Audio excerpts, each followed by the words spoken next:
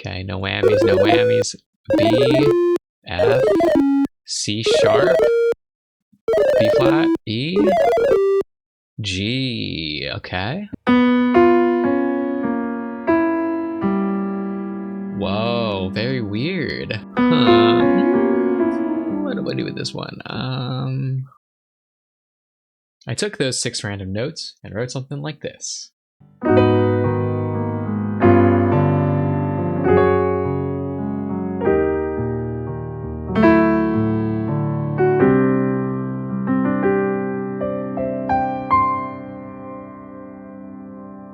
So initially, I thought I really had a problem. These notes, especially the first 4 ones,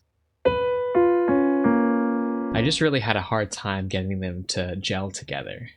So my initial attempt was something like, and I just didn't really like the way that I sounded. My next attempt was not much better.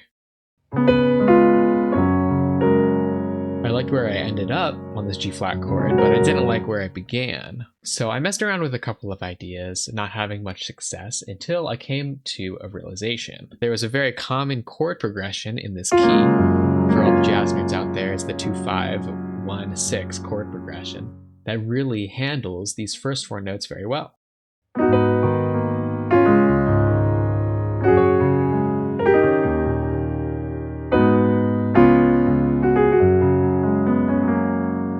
So now that I had the first 4 notes, I had to handle the next 2, which pulls really far away from that first tonality that I set up.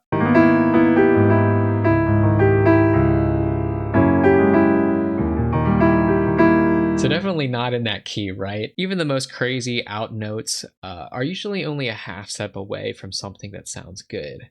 So that's kind of what I did here. I ended up on that E flat 7 chord. And then I just go down half of a step. And so that's how I navigate those last 2 notes. So the whole melody in this first A section.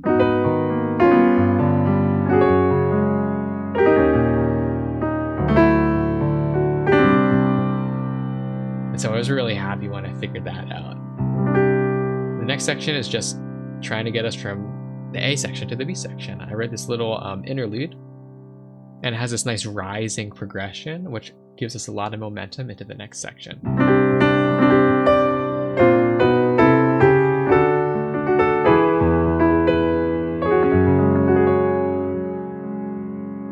So once we get to the B section, we're in the key of F sharp now, and we're just building a lot of energy so that when we get into that 12th measure, it's just very exciting.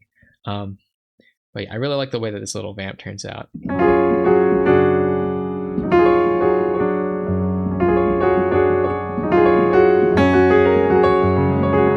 And here we are in measure 12. This is the same random melody from before, but all I do is I just transpose the whole thing up a whole step. We have the exact same intervals, so it's going to sound the same. It's just starting on a different note. So instead of, we got. And interestingly enough, I had such a hard time finding my footing in the A section, but in this new key, suddenly I was able to find my footing very quickly. And so we have this very lush progression.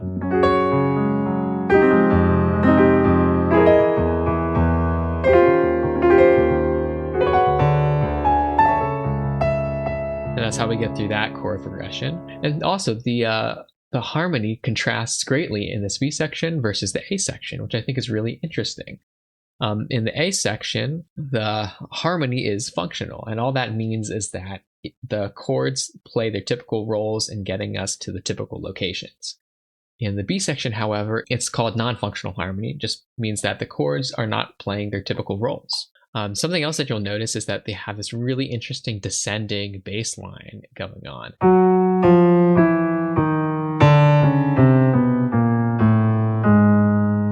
And then finally down to E flat before going back to A flat in the next measure.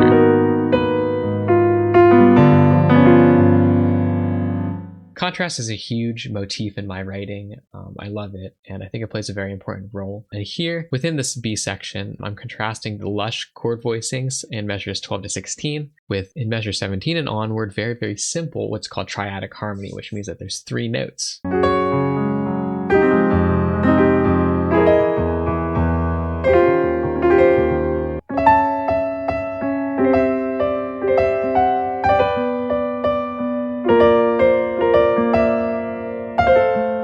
So here, to cool down at the very end of the piece, we bring back some of that triadic or 3-note harmony, have just a nice, quiet, simple moment. You also notice, interestingly enough, that the whole piece is in 5/4, but the very end of the song is in 4/4. This is just something that sometimes I like to do after just having so much of the same time signature. Sometimes I just like to mix it up towards the end, or, just add a little bit more contrast, do something a little bit unexpected.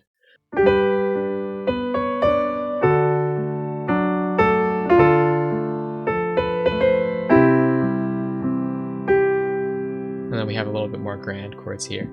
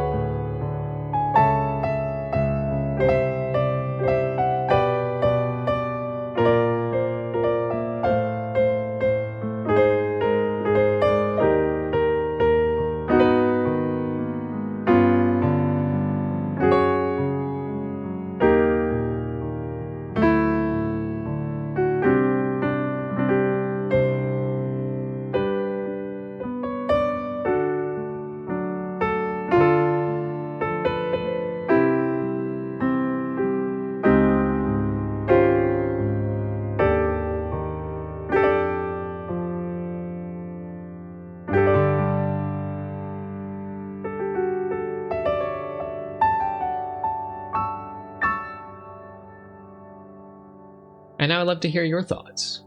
What do you think I should name this piece? And what other challenges would you like to see me do next?